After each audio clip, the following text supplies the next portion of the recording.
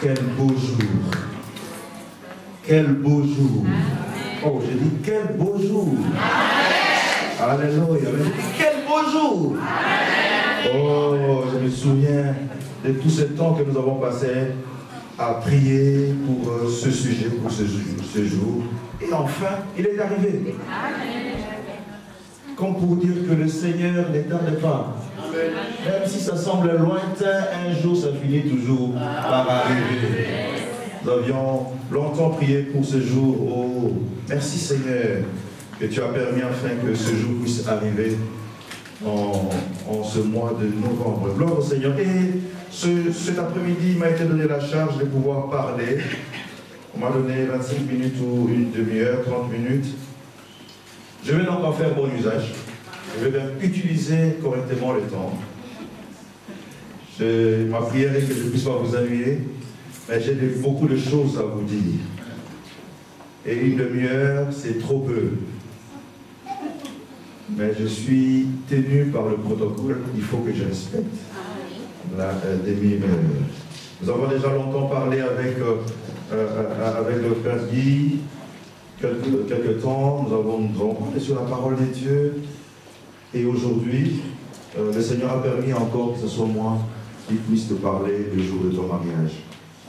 Ami à toi, ça fait déjà 4-5 ans que nous nous connaissons, je t'ai parlé de la parole de Dieu, je t'ai enseigné, et aujourd'hui le Seigneur a porté son choix sur moi afin que je puisse te parler le jour de ton mariage.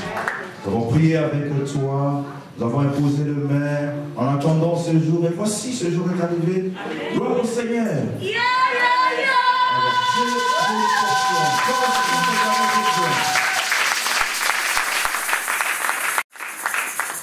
J'aurais bien voulu que tu gardes encore les larmes, c'est plutôt moi qui devais faire couler ces larmes.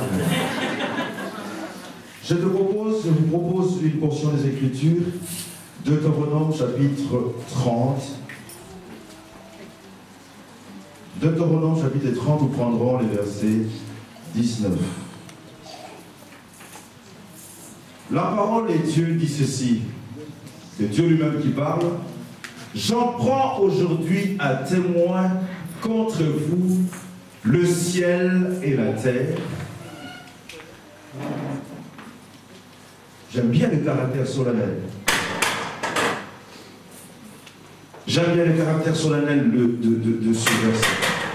J'en prends aujourd'hui, ne soyons pas distraits, j'en prends aujourd'hui, je parle donc à Guy et je parle donc à Mamie, j'en prends aujourd'hui à témoin contre vous deux. J'ai mis devant toi la vie et la mort, la bénédiction et la malédiction. Ça, c'est le Seigneur qui parle à son peuple. Et nous allons transposer cette vérité dans la réalité qui est la vôtre aujourd'hui. J'en prends aujourd'hui à témoin contre vous le ciel et la terre. Et j'ai mis devant toi la vie et la mort, la bénédiction et la malédiction. Mais j'aime Dieu, il finit ce propos en disant « Choisis la vie afin que tu vives, toi et ta postérité. » Amen. Disons Amen à la parole de Dieu. Et cet après-midi, mon enseignement ou mon exhortation est intitulée « Mariage » ou « Le mariage », le modèle biblique contre le modèle séculier. Deux modèles. Si je dois prendre du temps pour expliquer les deux modèles, justement la demi-heure ne suffira pas. C'est pour cela que je vais m'efforcer à faire un résumé sur ces deux modèles. Deux modèles de mariage. Il y a un modèle biblique et puis un modèle séculier. J'ai fait le choix de ce mot car je sais que là où nous avons grandi dans la parole, on utilise souvent ce mot. Nous trois, nous avons fréquenté le même ministère. Et dans ce ministère, on emploie souvent le mot séculier. Et je dis, aujourd'hui, j'emploie ce mot-là. Deux modèles. Le modèle biblique contre le modèle séculier.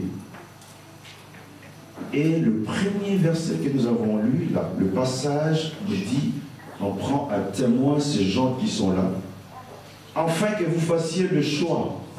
Vous choisissez entre les deux modèles.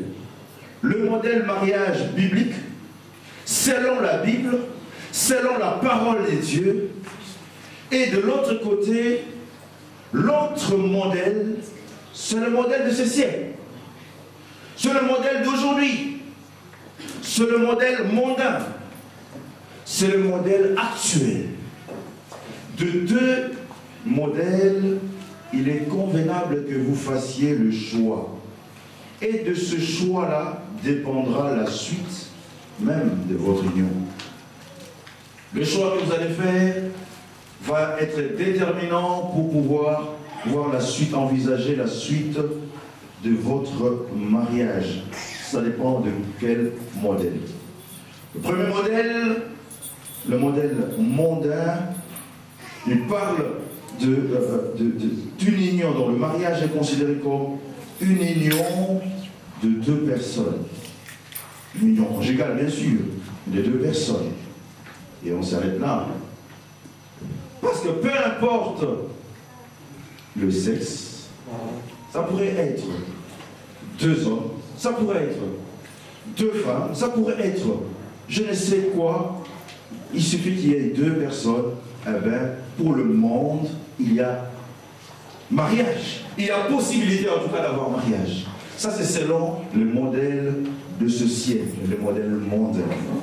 Alors que le modèle biblique dit que le mariage, c'est une union conjugale ou un rituel conventionnel à durée indéterminée et illimitée entre un homme et une femme.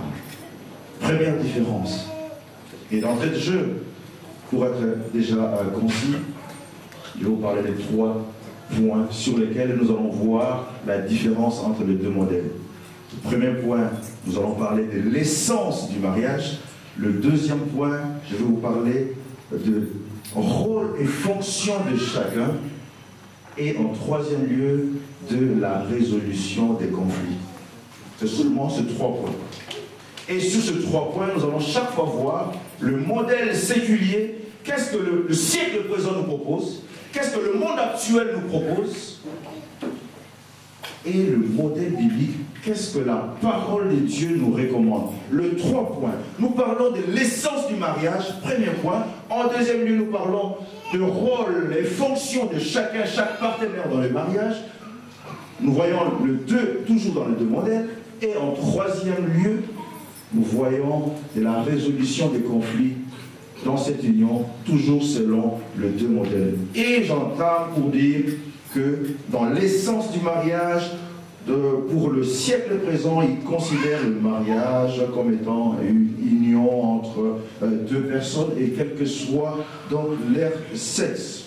Cependant, le modèle biblique, il est catégorique, il s'agit d'un homme et d'une femme. Et c'est un rituel contractuel à durée indéterminée. C'est pourquoi lorsque l'on fait le vœu du mariage à l'église selon la Bible, on dit jusqu'à ce que la mort nous sépare, ou alors jusqu'à ce que Jésus-Christ revienne. Alors que le modèle du monde ne dit pas ça, le modèle du monde dit jusqu'à ce que le dispute nous sépare, jusqu'à ce que les dettes nous séparent, ou jusqu'à ce que l'argent nous sépare, jusqu'à ce que l'incompréhension nous sépare, jusqu'à ce que je ne te sente plus. Pourquoi tu as divorcé? Non, je ne le sens plus. Ça, c'est selon le modèle du monde, le modèle séculier. Non, il ne me dit plus rien. Il ne me fait plus vibrer. Eh bien, c'est la fin de l'union, selon le modèle du monde. Le modèle séculier, jusqu'à ce que les dettes nous séparent, jusqu'à ce que l'argent ou la fortune nous sépare. On s'est marié, on n'avait rien. Mais puisqu'il y a eu beaucoup d'argent à un moment donné, il y en a un, ça lui est monté à la tête. Sa femme ne lui convient plus. Parce qu'il avait eu, à l'époque, il était encore au CPS. Je sais que tu es français, je ne sais pas l'équivalent. Et Minimex, ou le chômage. RMI, me dit-on. Voilà. Mais il s'est marié à l'époque où il avait le RMI. Et puis le Seigneur a ouvert les portes. Il s'est retrouvé maintenant à un bon poste. Il gagne des millions, il gagne des milliers. Il sait faire des voyages et tout ça. Alors la femme ne lui convient plus. Oui, le modèle du mariage séculier le permet. Jusqu'à ce que la fortune nous sépare. Ou jusqu'à ce que la maladie nous sépare. Il était beau en bonne santé, maintenant il n'est plus beau et en bonne santé. Je voudrais bien quelqu'un qui est à côté de moi, Cousteau Castar, toujours en bonne santé, mais avec lui, ce n'est plus possible de sortir. Alors, c'est la fin du mariage. J'ai été consulter les statistiques en matière de mariage. Oui, je suis allé en France, j'ai trouvé que 44% de mariages, on dit 44% de mariages finissent par le divorce. Au bout de 8 ans, c'était le pic. Maintenant, c'est passé au bout de 4 ans. Les statistiques qui viennent de France. Mais ça ne m'effraie pas. Je trouve l'explication parce que c'est le modèle séculier. Le modèle séculier donne ses résultats aberrants. Ça veut dire que si aujourd'hui vous prenez la décision de marcher dans le modèle séculier, sans être prophète, je peux vous citer les statistiques. Et votre sort sera scellé par ces statistiques. Si vous faites le choix aujourd'hui de bâtir votre union selon le modèle séculier, eh bien, sans utiliser mon onction prophétique, sans le faire, seulement en utilisant ma raison, je vais vous ouvrir un site internet en prenant les statistiques du ministère des Affaires intérieures de la France qui disent que 44% de mariages. Mais alors, quand on parle de 44% de mariages, c'est pour dire qu'on a écarté tout ce qui est union libre, tout ce qui ressemble au mariage qui n'en est pas. Donc, pour vous dire que vous vous mariez dans un environnement qui est pollué. Et si vous faites le mauvais choix, parce qu'ici il n'y a que 2 choix, le séculier et le public, si vous prenez le choix séculier, eh bien, nous connaissons votre sort. Nous serons étonnés si nous vous retrouvons 20 ans plus tard. Si vous faites le choix du modèle séculier, le modèle mondain, le modèle qui ne sait pas dire pour le meilleur et pour les pires. Il dit c'est seulement pour le meilleur, c'est seulement pour des vacances, c'est seulement pour la bonne santé, c'est seulement quand tout va bien. C'est ce modèle, c'est comme ça que ce modèle s'est défini. Alors que le modèle biblique, il dit jusqu'à ce que la mort, on ne sait pas, ou jusqu'au retour du Seigneur Jésus-Christ.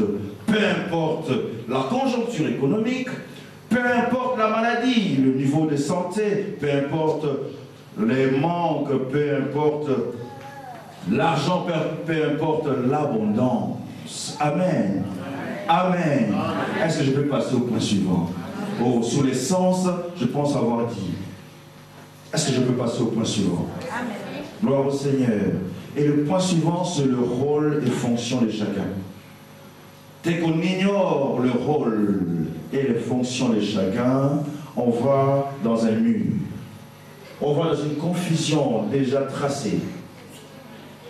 Lorsqu'on est dans un mariage, où l'homme se comporte comme la femme, et la femme se comporte comme un homme, on va droit dans un mur. Il y a une expression que je n'aime pas beaucoup. La femme en pantalon ou la femme en culotte. Ça va droit dans un mur. On n'a pas besoin d'être un prophète pour le dire. On n'a pas besoin d'être un prophète pour le dire que c'est direction, on va dans un mur. Alors que j'ai regardé encore sur Internet, j'ai trouvé, j'ai cherché sur le divorce, justement, j'ai trouvé des sites Internet qui vous proposent, dit divorce moins cher et rapide. Divorceonline.be. Allez sur Google, vous allez voir tout ça. C'est préparé. Des notaires se préparent. Des avocats se préparent. Ils ont déjà des tarifs. Il y en a même un qui dit taux fixe. Ça veut dire, vous donnez juste le montant, vous ne vous souciez plus de rien. Après, je ne vous demanderai plus de sous. Vous me donnez simplement un montant. Moi, je suis content et je vous règle ça vite. Le séculier, j'ai dit le modèle séculier, vous voyez là où il va? Le modèle séculier est très dangereux. Je vais faire comme c'est que le Seigneur a fait. Aux enfants d'Israël, il leur dit, je mets devant vous la vie et la mort, la malédiction et la bénédiction, mais toi choisis la vie. J'aimerais bien que cet après-midi, après t'avoir parlé de deux modèles, que je t'influence de choisir le modèle biblique. Je t'influence. Mamie, je t'influence. Guy, je t'influence à choisir le modèle biblique. Amen. Amen. Le rôle et fonction de chacun. Quand cela est confus, oui, nous allons droit dans une confusion. Genèse chapitre 2, verset 18. L'Éternel dit, il n'est pas bon que l'homme soit seul. Ah, le Seigneur a fait une bonne analyse. Il n'est pas bon que l'homme soit seul. Je lui ferai une aide semblable à lui. Oh. Premier élément sur le rôle. Je lui ferai une aide semblable. Je ne lui ferai pas son égal. Je lui ferai une aide. Nous venons justement de ce ministère où le poids des mots sont pesés, où nous divisons droitement la parole, où l'erreur n'est pas admise, l'erreur n'est pas permise, les approximations ne sont pas permises. Ici, on parle, mamie, on parle d'une aide semblable, une aide semblable. Je dis ici, nous allons rentrer dans la division droite de la parole de Dieu, sans approximation. C'est comme ça que nous avons été élevés dans la parole. On parle d'aide semblable. On n'a pas dit de son égal, on n'a pas dit autre chose, c'est l'aide. Donc, mamie, tu es donc une aide. Une aide a dit. Dès que cela n'est pas aide, ça veut dire que tu n'es plus dans la parole. Si tu cesses d'être une aide, alors tu n'es plus dans le modèle biblique, tu entres dans le modèle séculier. Parce que les hommes de ce siècle, les amis de ce siècle vont te proposer aussi. La télévision va te dire quel est le rôle de la femme. Les journaux vont te donner quel est le rôle de la femme. Internet va te donner quel est le rôle de la femme. Mais je rentre avec toi dans le modèle biblique. Il est écrit noir sur blanc, je lui ferai une aide semblable. Le jour où tu prends comme modèle autre chose que d'être aide, ça veut dire que tu es sorti de ce modèle biblique. Tu es autre part, ailleurs que dans les Écritures. Aide semblable. David dit, je lui ferai celui ou celle qui lui correspondent. Verset 23. Et l'homme dit, voici cette fois-ci l'os de mes os et la chair de ma chair. On l'appellera femme parce qu'elle a été prise de l'homme. Verset 24. C'est pourquoi l'homme quittera son père et sa mère et s'attachera à sa femme, et les deux deviendront une seule chair. Et la version Martin dit, ils deviendront la même chair.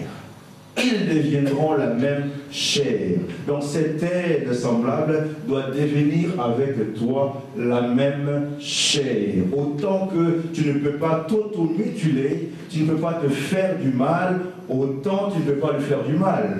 Est-ce que j'ai dit quelque chose? Autant que tu ne peux pas te faire toi-même du mal. On dit, ils deviendront une seule chair. Martin, il dit, ils deviendront une même chair. Et Darby dit, ils seront une seule chair. Ils seront, verbe être, ils seront une seule chair. Éphésiens chapitre 5, verset 22. Là, on nous parlera de l'homme. Mais ici, je parle surtout de la femme et je dis, la parole de Dieu, le modèle biblique nous parle du rôle de la femme, c'est être aide semblable. Dès que c'est autre chose que aide semblable, oui, si c'est autre chose, alors on change de modèle et on va subir les conséquences. Nous connaissons les conséquences de l'autre modèle, du modèle que la télévision me propose, du modèle que Internet me propose, le modèle que les journaux, que les études nous proposent. Nous qui allons à l'université, ça nous propose un modèle. Et dès que je tombe en cela, je connais les conséquences. Éphésiens chapitre 5, verset 22, il est écrit ceci. Femmes, soyez soumises à vos maris comme au Seigneur. J'ai essayé de suivre quelques prédicateurs dans les mariages. Ils n'ont plus appliqué, ils n'ont plus demandé la lecture de ce verset. Parce qu'on pense que ce verset est dépassé. Le verset « Femmes, soyez soumises », les prédicateurs chrétiens commencent à éviter ce verset. Parce qu'ils pensent que ce n'est plus à l'heure du temps. Il y a un jeune qui a un jour réagi lors d'une réunion de jeunesse où le couple dit « Mais non, moi je suis né ici. Je suis de l'an 2000. Je ne comprends pas le sens de ce verset. » J'ai dit alors c'est le modèle séculier dans lequel tu veux vivre. Et tu veux amener ce modèle dans l'église. La Bible dit, femmes, soyez soumises à vos maris. Ayez pour eux un profond respect. Il y a quelqu'un qui a dit Amen pour toi. Soyez soumis. Dès que ceci n'est pas respecté, votre bateau commence à prendre l'eau. Parce que l'homme, selon l'essence de Dieu, a besoin du respect. Quand la parole de Dieu dit ceci, c'est parce que c'est lui qui a fabriqué l'homme. C'est lui qui a fait l'homme. C'est lui qui a conceptualisé l'homme et qu'il a fabriqué. Il sait que l'homme a besoin du respect venant de sa femme. Dès que cela fait défaut, eh bien votre bateau commence à prendre l'eau. Ah, je parle du bateau. Si je parle du bateau, ça veut dire qu'il y a un capitaine dans le bateau. Et le bateau avec deux capitaines, on ne sait pas où il va aller. À bâbord ou à tribord, on ne sait pas. C'est la confusion, c'est la deux capitaines dans un bateau, qui donne l'ordre? Qui donne la direction? Qui donne les orientations? On suit la vision de qui? Le modèle séculier n'aime pas ça. Ce que je suis en train de dire, le modèle séculier ne l'a pas prévu. Le modèle biblique, par contre, il dit très clairement, c'est une phrase claire et sans ambiguïté. Femmes, soyez soumises à qui? Pas à moi. À ton mari. Soyez soumises à vos maris comme au Seigneur. Et j'aime bien le parallélisme que l'apôtre Paul fait ici, parce qu'il montre ici l'Église, qui est son épouse, et Jésus-Christ. Et ce parallélisme est fait dans un couple, l'homme et la femme. L'apôtre Paul, ici, elle était inspiré pour faire ce parallélisme. Il dit, femmes, soyez soumises à vos maris comme au Seigneur. Je comprends pourquoi, lorsque nous allons dans les Écritures, nous voyons que Sarah appelait Abraham son Seigneur. Ah, je comprends maintenant pourquoi. Femmes, soyez soumises à vos maris comme au Seigneur. Car, précision, car le mari est le chef de la femme. Le modèle séculier va retrancher ce verset de la Bible, va l'effacer.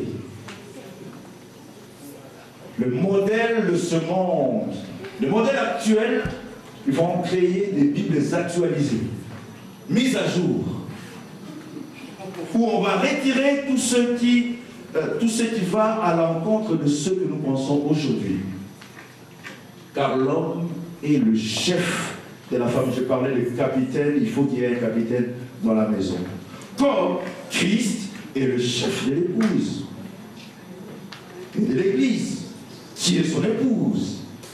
Autant que Christ est le chef de l'église, vous qui êtes chrétien, quand vous venez à l'église, quand vous considérez la place de Jésus par rapport à l'église, c'est de la même manière qu'il faut considérer l'homme et la femme. Et il en est ainsi, il est aussi le sauveur de son corps. 24. Or, de même que l'Église est soumise à Christ, les femmes aussi doivent l'être à leur mari. De la même manière. Si cela n'est pas le cas, eh bien, vous avez droit dans cette nuit. 25. Marie. Là, je viens de finir avec mamie. Si tu lui donnes le respect, tu te soumets à lui, tu as déjà fait ta part. Tu as déjà évité que votre bateau ne prenne l'eau. Et si tu as fait ta part, tu es tranquille avec le Seigneur par rapport à la destinée de votre union. Si tu lui donnes le respect qui lui est dû, que le Seigneur t'a recommandé de lui donner, durant tout le long de votre vie, là je dis, quelles que soient les fautes, quelles que soient les erreurs, quelles que soient les situations, je ne vais pas demander de ne pas discuter, même dans la discussion, respect. Dès qu'on note cela, on entre dans un autre modèle. J'entre maintenant. J'ai dit, Marie, aimez vos femmes. Guy, aime. Mais ce n'est pas un commandement, c'est toi qui l'as apporté. C'est toi qui veux l'épouser. Je pense que sans amour, on n'en serait pas là. Mais la parole de Dieu dit, insiste encore, Marie, aimez vos femmes, comme Christ a aimé l'Église. Si tu l'aimes, il y a des choses que tu ne feras jamais avec elle. Cette soumission-là, si tu l'aimes, tu ne l'écraseras pas, même si elle est soumise. Si tu l'aimes vraiment, le muscle, tu ne l'employeras pas contre elle. Si tu l'aimes, les muscles, c'est pour la protéger. C'est pas pour l'écraser. Ta voix, c'est pas pour monter ton nez. Oh, mais si tu l'aimes, mais ta voix ne tonnera pas sur elle. Le coup de poing, tu ne frapperas pas contre le mur. Même pas, parce qu'il y a des gens qui disent je ne frappe pas, mais je frappe le mur. L'apôtre Paul était inspiré quand il a dit ceci, quand il a considéré cela. Marie aimait vos femmes comme Christ a aimé l'Église. Il s'est livré lui-même pour elle. Ah, la capacité de se livrer pour cette dame. Si tu dois sortir à 5 h du matin, tu as coupé le sommeil, c'est pour s'occuper d'elle. Tout à fait. Si tu vas bosser toute la nuit, de 22 à 6, pas de sommeil, et tu reviens à la maison, rapidement tu dois reprendre encore la voiture pour aller chercher, déposer les enfants, ou la déposer au boulot. C'est ça, c'est livré pour elle. Sans murmure. Sans murmure, c'est ton devoir. Et c'est le modèle biblique. C'est le modèle biblique. C'est ce qu'il dit. Ah, j'aime bien la parole de Dieu. Je dis, j'aime bien la parole de Dieu. Alléluia. Donc, ici, Guy et Mamie, vous avez le choix. Je vais finir sur le deuxième point, le rôle et fonction de chacun. Et j'aime bien, je vais quand même continuer 2-3 versets. On dit, je vais sauter quelques versets, on dit 27, afin de lui paraître, donc quand on parle bien sûr de l'homme, qui s'est donné, du Christ qui s'est donné pour l'Église, son épouse, on dit, afin de lui faire paraître devant lui, dans cette Église glorieuse, sans tache ni ride, ni rien de semblable, mais sainte et irréprochable, oui, irrépréhensible. Ah, mais j'aime bien ce verset. Ça signifie que lorsque tu sors très tard, ou que tu sors très tôt pour aller travailler, eh bien c'est pour l'embellir. Pour qu'elle soit belle. Ah, mais je sais que tu as des rêves. Tu avais souvent des rêves de femmes, et des comme ça. Maintenant, tu peux la transformer, qu'elle devienne la femme de tes rêves.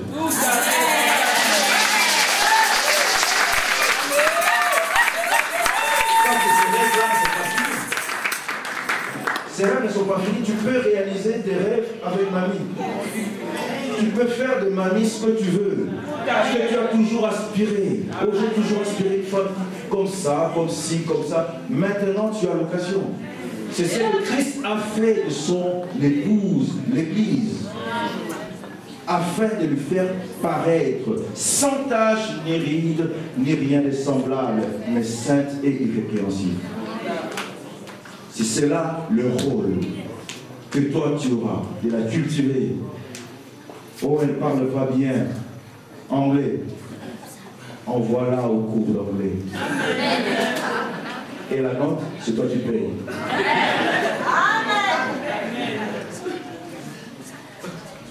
Oui, je dis, ne parle pas bien espagnol, mais envoie-la au cours. Et c'est toi qui payes. Je voudrais bien des longues robes brodées et tout ça. Amène-la dans le shopping et c'est toi qui sors la carte. C'est ça que tu veux. Pour épouser la femme de tes rêves. Alors là, on est dans le modèle biblique. On est dans les modèles bibliques. Je vais donc atterrir. Les autres versets, vous les lirez, j'ai encore beaucoup de choses à dire, mais j'avais promis de faire bon usage du temps. Il y a un verset que j'aime bien donner. 1 Pierre, chapitre 3, verset 7. Oh, quel beau verset. Marie, montrez à votre tour de la sagesse dans vos rapports avec vos femmes. Ici, je vais remplacer. Guy, montre à ton tour de la sagesse dans tes rapports avec mamie. Ça veut dire de la modération, de l'intelligence appliquée dans les choses de la vie, comme avec un sexe faible.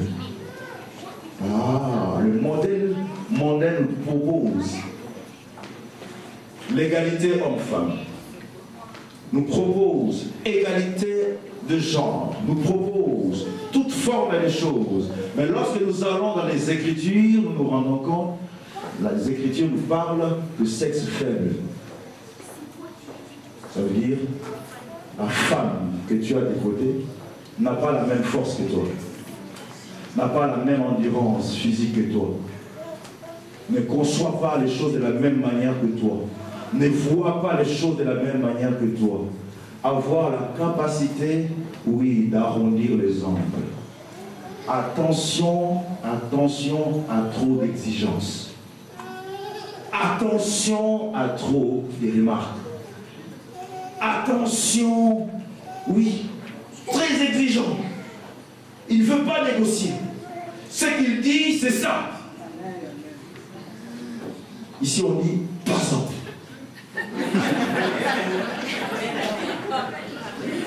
Dans notre pays, on dit pas ça. Je vais traduire ça. Mamie va traduire. Attention à trop de remarques. Quand je l'ai toujours dit, je l'avais déjà dit une fois, telle qu'elle est là. Sa capacité d'encaisser des remarques, c'est une capacité limitée. Ce n'est pas illimité. Toi vraiment, pourquoi tu as fait ça? Pourquoi tu as oublié ça? Pourquoi tu as laissé ça sur la table? Pourquoi tu n'as pas arrangé ceci? Pourquoi Pourquoi? Pourquoi? Pourquoi? Attention, c'est limité. À un moment donné, ça peut être plein. Ce n'est pas illimité. Écoutez tes remarques. Pourquoi tu n'as pas enlevé sur la table? Pourquoi tu n'as pas rangé là-bas? Pourquoi tu as mis tes chaussures ici? Les fois, quand elles entrent, oui, les avaient des talons. Et puis, donc, dès qu'elle entre à la maison, elle est libérée, les temps d'enlever, elle laisse là, elle a autre chose à faire, à la cuisine. Et toi, tu rentres, tu trouves les choses. Pourquoi tu as laissé ici? Trop de remarques, ça tue l'humain. Avoir la capacité, on dit ici, on parle de sagesse, montrer de la sagesse dans tes rapports, la capacité d'encaisser, la capacité de laisser passer certaines choses, la capacité d'oublier certains détails. Attention au niveau d'exigence. Baisse ton niveau d'exigence dans certaines matières. Comme ça, tu te concentres sur des grandes orientations. Peu importe combien de boulettes il y a dans la marmite. Toi, tu n'es pas censé savoir combien. Le poulet a donné combien de morceaux. Ce n'est pas ton problème. Ce sont des détails sur lesquels tu n'as pas besoin.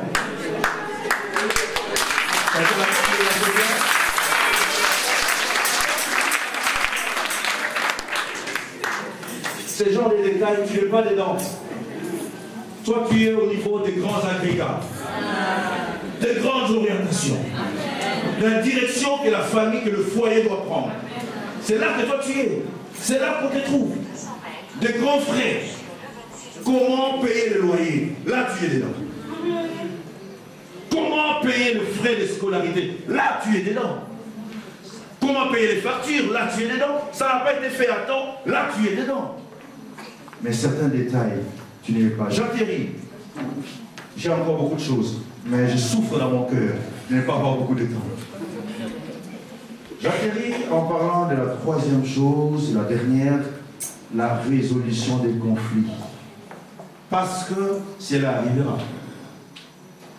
il y a d'autres qui ont déjà commencé des conflits le jour de leur mariage. Ou le jour d'après. Pourquoi tu avais dansé avec elle? Pourquoi tu avais porté tel? Pourquoi tu n'as pas fait ceci? Il y aura toujours des incompréhensions, il y aura toujours des conflits. Ça fait partie de la vie. Ça fait partie de l'union, mais quelle est la manière de pouvoir les résoudre? Je vais parler de deux choses. La première chose, avoir la capacité de prier ensemble.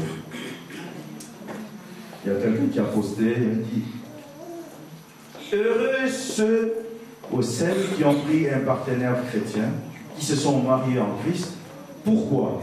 Parce que le jour où ça ne va pas tenir, le jour où ils auront un problème, ils auront au moins le temps de prier ensemble. Ils peuvent fléchir les genoux ensemble. Ah, c'est le début de la résolution du problème. Si vous avez la capacité de prier ensemble, cela ne doit pas attendre au moment où il y aura des conflits.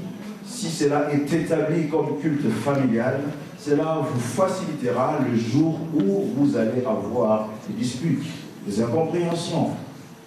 Mamie avait réussi alors que Dieu le voyait autrement. Il était né et tu étais né aussi. Avec le Seigneur. Premier point.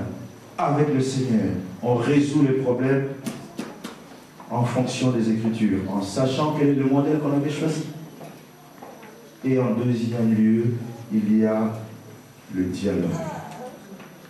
Parlez de vos problèmes d'abord, vous deux, avant de venir m'en parler. Parce que je vais vous donner une mauvaise nouvelle.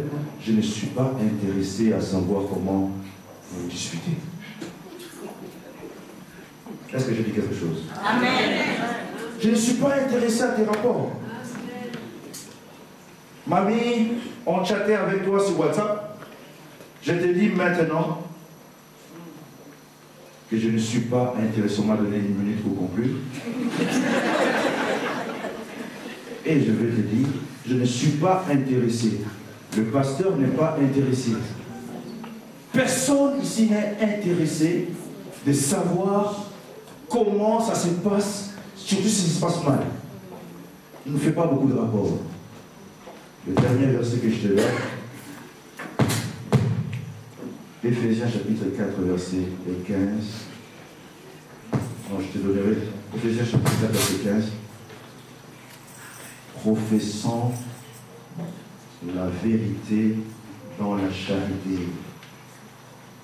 Professant la vérité dans la charité. C'est un verset sur lequel nous avons beaucoup médité. Causant dans la vérité, dans la charité qui est l'amour. C'est en cela que vous allez croître. Parlez-vous dans la vérité. Parlez-vous dans la vérité. Discutez franchement. Il y a quelque chose qui ne va pas. Parlez-en. Parlez-en. Franchement. La vérité, mais dans l'amour. Parce qu'il y a des gens qui savent dire la vérité, mais qui n'est pas dans l'amour. Il a dit la vérité, mais ça a tellement blessé et ça fait capoter tout. La vérité dans l'amour. La vérité dans la charité. Je prends donc aujourd'hui à témoin cette assemblée. Je prends donc à témoin, comme Deutéronome le dit, le ciel et la terre. Je mets devant vous la vie et la mort, la malédiction et la bénédiction. Dieu dit, choisis la vie afin que tu vives. Moi je dis, aujourd'hui, j'ai mis devant vous, j'ai exposé devant vous deux modèles de mariage. Le premier qui est le modèle biblique, qui était à l'origine, et le deuxième modèle qui est le modèle séculier. Et moi, cet après-midi, je vous influence, je dis, choisissez le modèle biblique. Quelqu'un dit amen.